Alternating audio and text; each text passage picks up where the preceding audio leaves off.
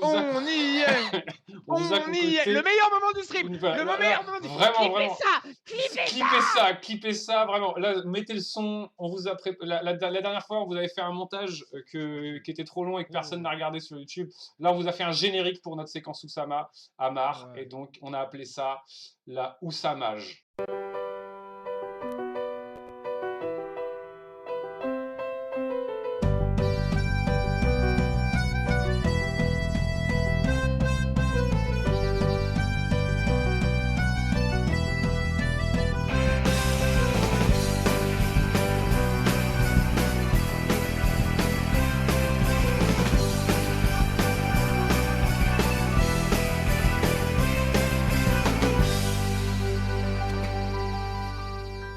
On aime bien vous parler d'Oussama Amar. Oui, c'est moi, Ouais, t'as un peu une obsession avec Oussama Hamar. voilà, j'ai une Ouais, mais obsession avec Oussama Amar parce que c'est un riche, donc on a le droit. On essentialise les riches, etc. Et du coup, il a fait une vidéo pour expliquer pourquoi les milliardaires n'étaient pas méchants. Voilà, il a voulu nous expliquer que les riches n'étaient pas méchants. Et en fait, vu que nous, c'est un peu notre position, et c'est une position qui a été défendue, en tout cas par moi, le vieux, au sein de ce stream, à dire que les riches avaient des tendances sociopathiques, eh ben, écoutons le contre-argumentaire d'Oussama Hamar. Attention, pensée complexe. C'est parti. Pensée complexe. Bienvenue dans cet épisode dans la tête d'Oussama. Aujourd'hui, on va parler d'un sujet qui vous fascine tous, les méchants milliardaires. Récemment, j'étais dans un hôtel, je regardais la télé et je suis tombé sur un homme politique de gauche, alors je vous avoue je sais pas trop qui c'est, et qui disait cette phrase: on ne peut pas devenir milliardaire sans exploiter les gens. Postulat que nous défendons. Enfin, moi, le vieux, je Ouais. défends. Tu le Bah, défends en aussi? fait, la création de richesse, tu l'as fait sur la valeur ajoutée que les gens produisent. Donc, à un moment, oui, il y a de l'exploitation. C'est-à-dire qu'en fait, si ce que tu produis me rapporte 5000 balles, mais que je te paye 2500, bon, supposons avec les taxes machin 3005, je fais quand même une marge de 1005. Donc, en fait, c'est ton exploitation qui me rapporte de l'argent. Alors, certes, je te coordonne et je t'organise et peut-être je te fournis des outils, mais en soi-même, l'acquisition de ces outils a très probablement été fait par de l'exploitation ailleurs. C'est surtout le cas avec les grandes familles. C'est-à-dire que quand Elon Musk crée ses entreprises, on va dire d'aéronautique spatiale ou s'approprie des usines de voitures et dit qu'il en est le fondateur, c'est parce qu'avant, son père a exploité des gens dans une mine d'émeraude, en fait. Donc ce sont des chaînes d'exploitation qui ne s'arrêtent jamais. Attends, il a absolument rien dit encore là. Ouais, mais voilà, nique les Allez, riches. allez, let's go. Bon, c'est une vieille rhétorique marxiste, il n'est pas le premier à le dire, c'est une idée omniprésente Donc t'es dans une vieille rhétorique marxiste, le jeune. Bah mec, moi ça me va très bien. dans l'esprit français que les milliardaires sont des gens qui exploitent les autres et que la seule façon de gagner autant d'argent et des sommes aussi considérables, ce n'est qu'en faisant une chose, c'est en étant un méchant. Rappelons que la fois où tu as rencontré Oussama Hamar, c'est parce qu'il veut monter un business d'intelligence artificielle pour faire des films d'animation sans employer d'animateur. C'est ça, exactement. D'ailleurs, cette idée, elle est aussi présente dans l'art américain. Vous avez qu'à voir les Simpsons. L'homme le plus riche de la ville est aussi l'homme le plus sinistre. Il est vil, méchant, monsieur, je sais plus comment là. Mais vous voyez de qui je parle. Alors, je me suis dit, il faut revenir un petit peu en arrière et il faut aller un peu en profondeur pour comprendre comment on peut devenir milliardaire. Et en comprenant ça, on va voir si finalement le fait d'être sinistre, méchant, est une qualité Non, essentielle. attends, je suis désolé, je suis Humain. désolé. Trop fort, on dirait genre Méchant. tu sais, les pubs pour jeux mobiles, on dirait Ouais, veux-tu être quel méchant ou chemin vas-tu sinistre? choisir? Choisis ton option. Et on est d'accord, encore une fois, la finesse de l'analyse, c'est-à-dire qu'on est d'accord que nous, on n'a pas dit les milliardaires sont forcément méchants. On a dit que pour être riche, c'est plus facile de ne pas avoir d'empathie. En aucun. Enfin, voilà, et on se base Alors moi sur ça. j'ai dit que pour être riche, il fallait exploiter les autres. Voilà. Donc après on Donc, peut prendre les deux choses. et en aucun cas, par exemple, nous on a fait un qualificatif. On trouve que c'est pas bien, mais quand on explique la situation, on passe pas par des mots stupides ou qui sont moralisateurs comme sinistre ou méchant. En fait, en vrai, sinistre, c'est un lieu qui est sinistre. Méchant, bon, dès qu'il y a un peu de pensée, normalement, tu sais que Je c'est sais pas si pas. simple, quoi. Il n'y Moi a à pas de gens. un moment j'ai eu un plan cul Après qu'on soit séparés, bah Qui était clairement on méchamment était sinistre. sinistrés, bref. Qui était méchamment Non, on sinistre. s'était fait sinistrer, si tu vois ce que je veux dire. Mince. Oh, voilà, alors là, super. Anyway, guys. Anyway, let's go. Est une qualité essentielle au fait de gagner des milliards. Alors, il y a des gens dont le métier est de chercher les prochains milliardaires. J'ai fait ce métier pendant 11 ans à The Family, c'est les investisseurs en start-up. Lorsque l'on investit dans une start-up, on n'espère pas que le fondateur de cette start-up va devenir millionnaire, on espère qu'il va devenir milliardaire, parce que si un fondateur qui a 20% de sa boîte devient milliardaire, ça veut dire que les 80% restants sont des milliards à se partager. Et ça, c'est la première idée fondamentale sur la création de richesse en France, c'est qu'on surestime la part captée par le fondateur. Bill Gates est immensément riche, mais la part captée par sa fortune personnelle est vraiment une toute petite fraction de l'argent et de la valeur créée à l'échelle de Microsoft. Steve Jobs est très riche, mais c'est une fraction minuscule de la valeur qu'il a créée chez Apple, etc. etc. Qu'est-ce qu'on cherche lorsqu'on cherche une startup? On cherche à voir un entrepreneur qui a compris deux choses. D'abord, Alors, Steve Jobs, il faut quand même bien se voir que quand vous lisez des choses sur ce mec-là, en termes de méchant sinistre, voilà, il y a même un effet de fascination qui est nommé d'après Steve Jobs, parce qu'en fait, le mec, littéralement, tu faisais une réunion avec lui, tu disais une idée stylée, il disait non, c'est de la merde. Il redisait ton idée, on va faire ça. Les gens disaient ouais, super, Steve, t'as eu une putain d'idée. Texto, enfin, le nombre de témoignages qui parlent à quel point ce mec-là avait un ego démesuré, faisait du gaslighting, c'est-à-dire changer la réalité, faisait un récit qui était différent du réel pour que ce soit en sa faveur. Il était quelqu'un qui faisait de la pression, qui usait du fait qu'il se faisait passer pour un gourou, enfin, en gros, qui avait un rapport d'instrumentalisation des autres dans son projet. Tu vois, citer Steve Jobs en parlant de gens qui sont plutôt sains, c'est particulier. Alors, il faut savoir qu'il est passionné par Steve Jobs, Oussama. Genre, il a vraiment une obsession sur Steve Jobs. Il a fait d'ailleurs un site fan où il doit le faire, je sais plus. Mais un truc, moi, la seule chose que je sais vraiment, genre de trivia par rapport à Steve Jobs, c'est que à Apple, il se garait toujours sur la place pour handicapés. Et genre, les gens lui disaient, mais Steve et tout, on a une place pour toi et tout machin. Et il se garait toujours sur la place handicapée parce que c'était la plus proche du taf. Et généralement, il se garait sur deux places en même temps. Et du coup, ce qu'ils ont fait, c'est qu'ils ont changé la place handicapée par une place à son nom, qui était exactement la même place. Ils ont juste. Et du coup, Steve s'est garé ailleurs. Voilà, c'est la seule chose que je sais. Ok, donc il se garait sur les places handicapées, ce qui n'est pas du tout une attitude de méchant sinistre, hein. On le Non, répète. non, non, non. il a besoin d'avoir compris un groupe spécifique d'utilisateurs, leurs besoins, leur capacité à comprendre ce marché, c'est la première chose qu'on va évaluer. Et la deuxième chose, c'est sa capacité à transformer cette compréhension en quelque chose que les utilisateurs veulent. L'incubateur de start-up américain Y Combinator a une devise qui résume cette idée de façon extraordinaire: Make something people want. Fabriquer quelque chose que les gens veulent. Cette intersection entre la capacité de comprendre ce que les gens ont besoin et la capacité de fabriquer ce que les gens ont besoin, c'est la qualité première qu'on cherche chez un entrepreneur. Donc une forme d'intelligence, hein. C'est une forme d'intelligence, c'est-à-dire qui est tournée autour des besoins des gens. Et ce que je trouve assez étrange, parce que dans l'histoire de l'entrepreneuriat, il y a aussi la fabrication des besoins, qui est une étape. On va vraiment regarder les 8 minutes. Ouais, ou pas, hein. Oh putain. Je sais pas, hein. Moi je trouve ça bien, je trouve ça Ah, tu intéressant. me malmènes, hein. Ah ouais, bah Tu là me on est sur le malmènes, hein. bullshit, hein. C'est le stream du bullshit Là, ce là, quand soir. même, le gars, il est là en mode oui, ce qu'il faut faire, c'est trouver un produit. Non, parce qu'il va Et pas le encore produit au bout doit de son plaire. truc. Il va pas encore au bout de son truc. Il y a quand même, on pourra s'arrêter quand il va au bout de son raisonnement, si tu veux. Dès qu'il arrive, Ok, ok. il va pas tarder à y arriver, je pense. Milliardaire, finalement, c'est quelqu'un qui arrive à résoudre un problème, de donner une solution à ce problème, et surtout de passer à l'échelle. Énormément de gens peuvent fabriquer du luxe à petite échelle et petite quantité. Le génie d'un Bernard Arnault, c'est la C'est d'être né riche. Point barre. Oui. Le génie d'un Bernard Arnault, c'est d'être né riche et de profiter de les crises. Et de connaître les bonnes personnes. J'ai l'impression, hein. L'abbé Pierre, il a résolu des problèmes, hein. Il était pas milliardaire. Mais plus que Bernard Arnault, il a résolu des problèmes. Ça marche pas son truc.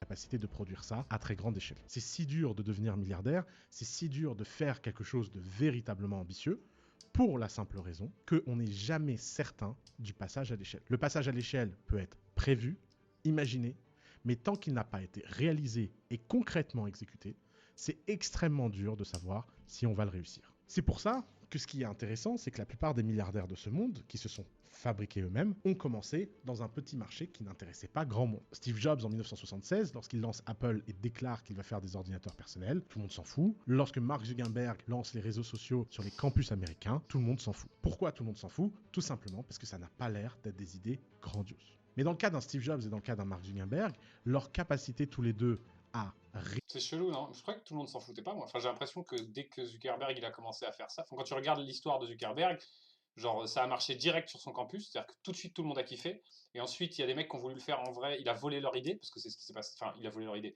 Il y a des gars qui l'ont embauché pour faire un truc. Il a commencé à le faire un peu pour eux, mais ça le faisait chier. Du coup, il l'a fait pour lui-même. Il a monté Facebook et les mecs lui ont fait un procès et ils ont perdu, ou je sais plus, même gagné, je sais plus. Mais où en fait, enfin, ça a marché tout de suite en fait. Et il était en relation avec d'autres mecs qui bossaient sur des réseaux sociaux. Enfin, personne n'en a voulu. Les choses dont personne ne veut, elles n'arrivent pas dans la société en fait. C'est arrivé direct. Je vois pas. Qu'est-ce qui permet de dire que tout le monde s'en fout? C'est quoi? C'est qu'il fallait que dès que le truc arrive, il y a des gens qui arrivent avec plein de pognon pour dire tiens Marc, fais ton Non, mais truc. parce que c'est. En fait, c'est vraiment ce truc de montrer l'entrepreneur comme cette personne face au monde. Tel Tupac dans Me Against the World, tu vois. Il y a vraiment ce truc d'arriver et de dire oui, vous comprenez cette idée novatrice, risquée, dangereuse, choisie, qui est aussi lui son discours. Parce qu'en fait, il va devoir justifier dans les prochaines années qu'il fait du film avec intelligence artificielle et qu'il précarise toute une industrie, en fait. Donc il y a aussi cette posture qu'il est déjà en train de développer de non, mais je ne suis pas en train en fait de précariser toute une classe d'artistes, de gens qu'on appelle d'ailleurs techniciens pour leur rappeler qu'ils sont que des outils. Je suis en train de créer l'innovation, changer les choses en fait. Tu vois. Et il y a un truc qui est super important dans ce qu'on appelle le framing. En français, c'est le cadrage. C'est pas trop, traduisable, mais c'est une notion anglaise. En gros, le framing qui veut dire que tu te cadres d'une certaine manière. C'est-à-dire que si par exemple, moi je tire la langue en permanence, que je fais des fuck et des signes de métal, vous allez vous dire, ah, il est un peu edgy ce jeune quand même.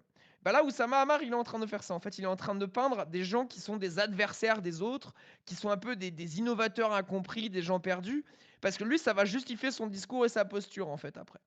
Et c'est-à-dire que là où tu arrives et tu dis, je crée un besoin artificiel parce que je suis marchand, et je donne aux gens envie d'acheter ça parce que j'ai étudié et parce que j'ai réfléchi à comment la nature humaine est faite, et je crée un besoin dont on n'avait pas besoin, mais parce que bon, la pyramide de Maslow, elle est suffisamment remplie, donc on peut leur ajouter un petit truc.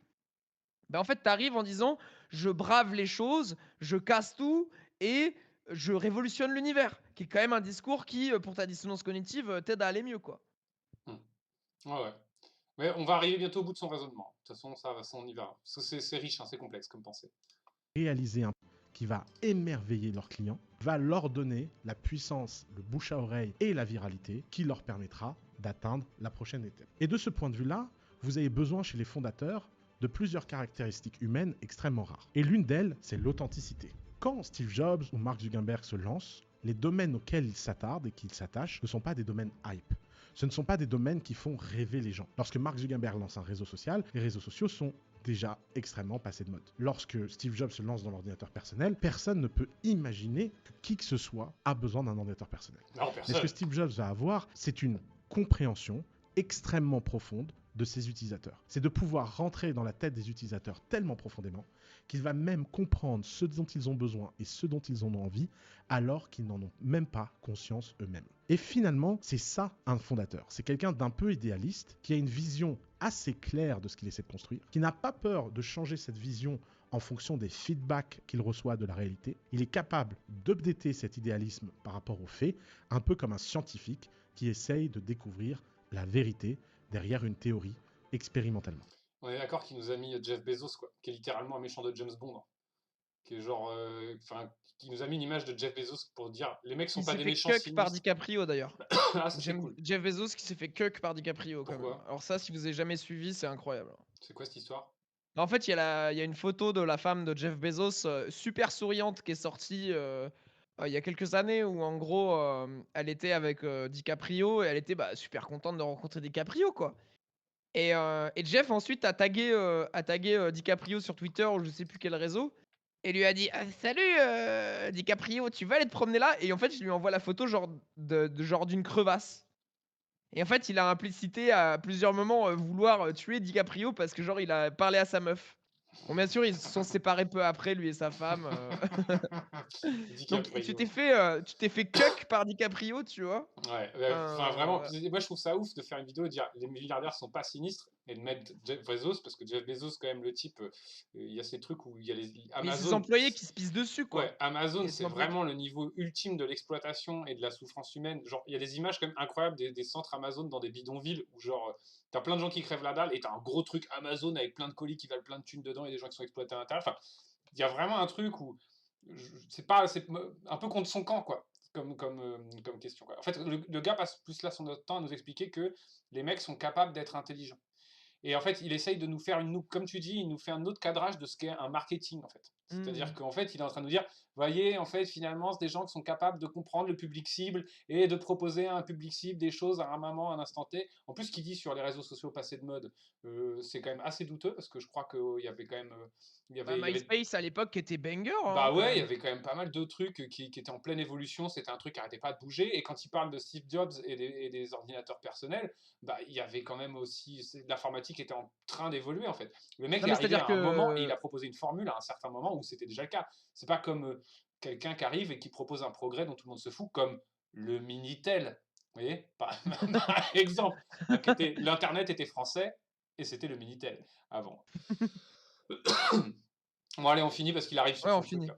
De ce Ouais, point de allez, vue-là, allez. le business est sans doute la discipline humaine qui se rapproche le plus de la science, puisqu'elle mêle science et art. Elle est à la fois psychologie et compréhension profonde de l'âme humaine, mais Non, mais je trouve que le baisage de mer, c'est la discipline humaine qui se rapproche le plus Parce qu'elle mêle, du sport et du marathon, soulevage de maman et ainsi, ainsi, que, ainsi que des sciences sociales, parce science et qu'elle. art. Le mec sort ça, Oh là genre là. au calme, quoi. Oh Science là et art. là. Ça mêle science et art. C'est-à-dire, on ne vous a parlé ni de science ni d'art. On vous a dit, regardez, les entrepreneurs, ils peuvent pas être méchants et sinistres, parce qu'en fait, des fois, ils sont obligés d'être intelligents et de comprendre un marché pour faire du marché. Et, C'est des êtres sensibles derrière et tous en ces cela, chiffres. c'est forcément le business et le truc qui met le plus de science et Bi- l'art. Et dit le mec qui Debout, est, mon bilan comptable. et dit le mec qui est même pas capable de citer le nom de Monsieur Burns. C'est-à-dire, le mec en art, voilà, genre même les Simpsons, ça a l'air d'être assez éloigné quand même, hein, alors que c'est quand même un pan très important de la production artistique qui s'appelle la pop culture. Donc bon, moi je sais pas, je dis ça, j'ai pas l'impression que Oussama Hamar en art il flex de fou quoi. Ça se trouve après il a également des tableaux qui coûtent cher. Pardon, certitude économique et multiplication lorsque la formule est gagnante. Les clients sont la boussole d'or de tous les fondateurs. Si vous êtes un investisseur et que vous êtes à la recherche du prochain Steve Jobs, vous êtes à la recherche de quelqu'un qui a compris ses clients mieux que personne et qui a du succès avec ses clients plus qu'avec n'importe quel investisseur. Et donc, les facteurs du succès d'une entreprise et les facteurs du succès de la plupart des milliardaires sur Terre reposent sur la qualité humaine des fondateurs, leur domaine pourquoi? On ne sait pas. Qualité humaine, hein, on ne sait pas. On ne sait pas. Ça, on sait pas. Là, il sort ça de son cul. d'expertise et leurs relations avec leurs équipes, etc. Il est très courant Avec leurs équipes. Je sais pas. Avec leurs équipes. Très vite, vous allez voir, il va transformer là bientôt. de présenter les grands leaders de ce monde comme des psychopathes ignobles qui ne respectent pas la dignité et l'ambition des autres. Pourtant, ils sont des aimants à talent. Voilà. Par exemple, si on prend Jeff Bezos, hein, Amazon, on sait comment ça marche. Par exemple, il y a une boîte qui fait un produit un peu chouette. Ce qu'ils font, c'est qu'ils prennent ce que fait cette boîte. Vu que les boîtes vendent par Amazon, ils empêchent les ventes de se faire. Ils créent une succursale Amazon pour créer le produit à la place et remplacer le truc. Donc ça, par exemple, ça, c'est respectueux des autres et des autres business. Et d'ailleurs, il y a ce truc, il dit collaborateur, machin, mais en aucun cas, il y a cette question de comment les gens sont traités dans les business, ou les petites mains, comment ça marche. Les producteurs de valeur, ceux qui travaillent, là, il met complètement ça sous silence, hein, mais parce que, parce que c'est quelque chose qui dérange dans sa conception du système, en fait, je pense, de la saucisse, quoi. Steve Jobs, Elon Musk et tous les gens qui travaillent dans ces entreprises mythiques, Walt Disney, ont beau ne pas avoir les caractères Putain, Walt Disney. Moi, je sais plus, Ouais, c'était... Walt Disney, il a vraiment choisi genre la boîte où il y a eu genre la grève il y a eu Ah la ouais, hein. grève Et des alors là, animateurs parce que en gros pour vous expliquer si je me trompe pas, c'est Art Babbitt qui se fait virer parce que Babbitt en fait après ses heures de travail décide d'aider des coloristes Et en fait, Walt, apprenant qu'un des animateurs donne un coup de main aux coloristes, parce que bah, les coloristes, elles en chient, elles sont payées un salaire de misère, il décide de retirer le bureau à Babbitt sous prétexte que si tu fais du taf de sous-homme, reprenons Rushdie, eh bien, tu seras traité comme un sous-homme. Et puis bon, Et moi, alors je pense que autant. Rushdie est intéressant en fait dans comment, en fait, avec son surhomme sous-homme, on est dans la pensée dominante. C'est-à-dire que Ouais. pour Osama Hamar, tu vois, il y a un entrepreneur et les autres, tu Ouais, vois. et ceux qui le font pas, c'est peut-être. Enfin, là, après, on extrapole, parce que c'est peut-être qu'ils pensent pas ça se trouve, tu vois. Mais c'est Ouais, ce mais en qui. fait, si on extrapole à mort, en fait, on se rend compte que chez tous ces gens, le problème, c'est c'est la binarité, en Ouais, le fait. manichéisme. De toute Donc, à un façon, moment, le mec, quand il commencez à explique, vous c'est appeler méchant. Yel, Tu vois, sucez des bites, par s'il contre, vous plaît, c'est et puis vrai, ça quoi, qu'il y ira a les mieux. mêmes éléments de langage que Rushdie, où c'est les méchants et Oui, les gentils, quoi. C'est encore le oui, manichéisme, quoi. bah, Bah, la binarité. et pour La ouais, ouais, binarité. complètement, c'est ça. Et le truc, alors que nous, on vous recommande d'utiliser la pensée factorielle, c'est-à-dire il y a plein de paramètres, mettez des pourcentages dessus et vous aurez une idée plus juste des choses. C'est pas si dur en fait à faire. Et juste Du genre 90% des émissions de CO2 sont produites par les énergies fossiles, c'est factoriel. ouais, voilà, par exemple, hein, 90%. Et dans les 10% qui restent, bah, c'est pas le reste. Il y a plein de petits trucs, voilà, par exemple. Ouais. Et les riches, voilà, mais c'est les CO2 des riches, hein, majoritairement, Lovecraft. Juste un truc pour finir sur Disney, parce qu'autant on n'est pas. Moi, j'ai un souvenir d'avoir écouté une conférence de Franck Lepage qui disait à la base de toute grande réussite libérale capitaliste, il y a une grande trahison. Et il parlait de la trahison de Bill Gates, de la trahison de Steve Jobs, et qui étaient des personnes qui, à la base, ont trahi d'autres collaborateurs, et eux, ils ont pris tout le blé, et les autres, ils les ont laissés de côté. Je crois d'ailleurs que c'est vraiment le cas, parce que le mec qui a développé Windows avec Bill Gates, après a développé Linux, avec les systèmes Unix, etc. Mais ça, je ne connais pas assez pour dire ça sans trembler. Nous, par contre, là où je peux assurer que pour Walt Disney, c'est aussi le cas, c'est que ceux qui ne le savent pas, Mickey, à la base, c'est Oswald le Lapin. Mm. Et Oswald le Lapin, c'est pas Walt Disney. D'ailleurs, les grands noms de chez Disney, il y a les 7 sages qui travaillent pour lui pendant très longtemps, et après il y a Richard Williams qui est un génie parmi les génies et qui va se barrer. Richard Williams va se barrer, faire un film tout seul qui s'appelle le voleur et le cordonnier, et qui sera utilisé après pour faire Aladdin. Donc c'est un moment quand ce sera récupéré des années plus tard pour faire Aladdin. Vraiment, ce sera pompé, vraiment allègrement pompé pour faire Aladdin. Mais Disney, en aucun cas, le truc qu'a apporté Disney aujourd'hui, c'est exactement un peu comme Edison, etc. C'est des personnes qui plus vont mettre en relation des gens talentueux. Eux, ils vont se mettre en avant pour se récolter les réussites de ces gens talentueux, et ils vont et tout va passer par eux. C'est-à-dire qu'aujourd'hui, personne connaît les noms des grands sages de chez Disney, personne connaît le nom de Richard Williams, à part les gens qui bossent dans l'anime, alors que c'est eux les sharks du game, en fait. Là où Disney a fait un truc intéressant qui aujourd'hui est utilisé notamment dans le jeu vidéo, c'est un des premiers level designers, et c'est même pas sûr que ce soit lui qui l'ait fait, mais en fait, quand la manière dont est construit Disneyland, c'est construit pour que tu puisses jamais te perdre et que tu regardes partout où tu regardes, tu vois le château. Et ça, c'est les premières notions de level design apparaissent un peu avec la construction des parcs de chez Disney. Mais il faudrait voir si ça vient de lui ou ça vient pas de lui. Donc il y a une espèce de truc. Edison, c'est pareil, quoi. Genre, vous voyez, nous en France, on a eu les frères Lumière qui inventent le cinéma, mais les Américains, pour eux, c'est Edison qui l'a inventé. Parce qu'en fait, il a repris le truc, il a perfectionné le truc. L'électricité, on dit que c'est Edison, alors qu'en fait, c'est pas lui. Il a repris le concept et il a perfectionné le truc. Et il y a vraiment ce truc dans l'imaginaire des entrepreneurs, c'est qu'il y a un gars qui met des gens stylés autour d'une table, et ensuite, c'est ce mec-là qu'on constitue comme étant le découvreur ultime. Il nous reste 1 minute 30. Peut-être que le mot de la fin de Oussama Hamar va changer le game.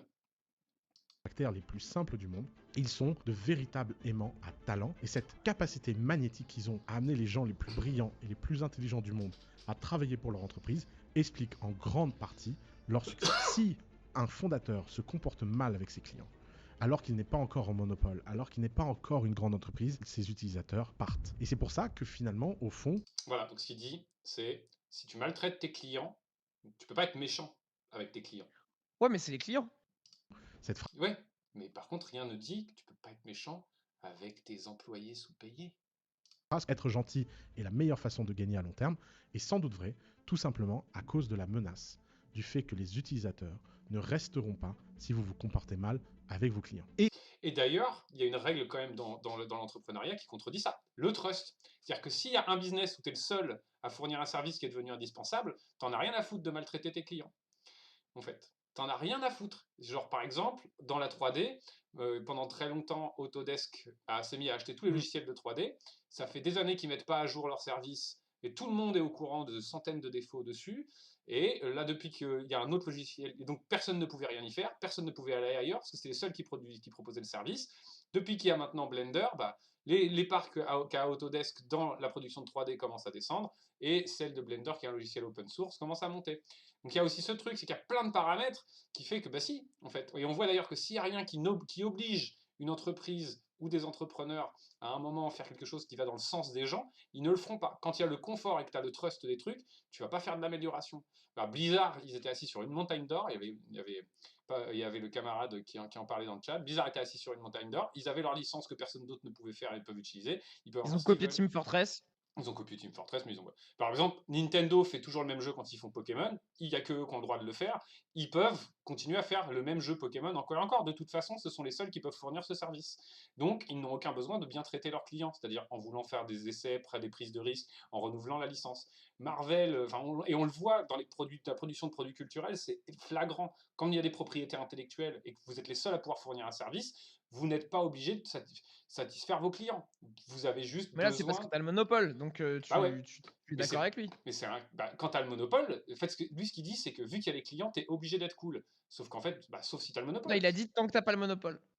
Ouais, Il l'a précisé, ça. Ah oui, il l'a dit. Bon. Oui, il l'a précisé, ouais. En tout cas, du coup, ça dit un peu que l'entrepreneur, si tu lui tords pas le bras, il va pas être sympa, quoi. Donc ça contredit un peu son truc, quand même. Hmm. Et c'est pour ça que le mythe du milliardaire, qui ne serait que l'incarnation du mal, qui exploite les autres, est un mythe politique qui vend beaucoup, mais qui est très très loin de la réalité économique que les entrepreneurs vivent au quotidien. Alors, je sais bien qu'en France, être milliardaire n'est pas un objectif, mais les problèmes de la France ne sont pas le trop grand nombre de milliardaires, mais leur absence de multiplication. Puisque leur absence de multiplication est simplement la preuve que pas assez de personnes sont en train de résoudre un problème qui compte. Si vous voulez avoir de l'ambition et vous voulez être vous-même milliardaire, je vous encourage à le faire, que ça marche ou que ça marche pas, c'est un voyage plus qu'intéressant. Putain, envie de devenir milliardaire là. Là, j'ai tellement envie de devenir milliardaire. Le Oh là là. bullshit language, tu vois, vraiment ce truc, genre les milliardaires résolvent des problèmes, tu vois, il y a vraiment ce truc, Qu'est-ce que le téléphone portable a résolu comme problème? Bon, il fait que les meufs reçoivent des dick pics et les mecs, Vous êtes la génération qui baise le envoient moins. des messages bizarres à des meufs. Bref, super. Je me pose la question parce que pour moi, j'en parlais avec mes beaux-enfants, une des inventions pour moi qui est les plus intéressantes de ces 100 dernières années, à vue de nez, pour moi, c'est la découverte de la pénicilline, qui est le truc sur lequel on s'est mis à faire plein de médicaments. Ah ouais. Est-ce que le mec qui découvre la pénicilline est devenu milliardaire? Parce que lui, il a résolu des trucs. Et du coup, c'est ça que la question que je me pose, c'est que j'aimerais curieux de savoir ce que Oussama Hamar pense de ça. Des gens qui résolvent des problèmes. Oh, salut, Bravery Ungrid. Oh, salut. Écoute, bienvenue, merci pour mon turfu, Bravery Ungrid. Oh, Bravery, j'espère que c'est la forme. Et donc voilà, est-ce que ce mec... Merci pour le follow, bien sûr. Est-ce que ces gens... Attends. Oui, qu'est-ce qu'il y a? Il faut F5 le stream. Je crois que... combien de follow là? Je sais pas. Hein. Combien de follow? En tout cas, pendant que tu check... 50 On est le 50e follower. 50. On va pouvoir enfin signer le contrat d'affiliation. On l'a. J'ai pété ma cam. Il a pété sa cam. Voilà. Donc c'était pour dire Oussama Hamar, dire de la merde. Et vu qu'on finit notre session Oussama Hamar, je vous propose de remettre le petit générique. Attendez, j'ai fait de la merde. Voilà. On va...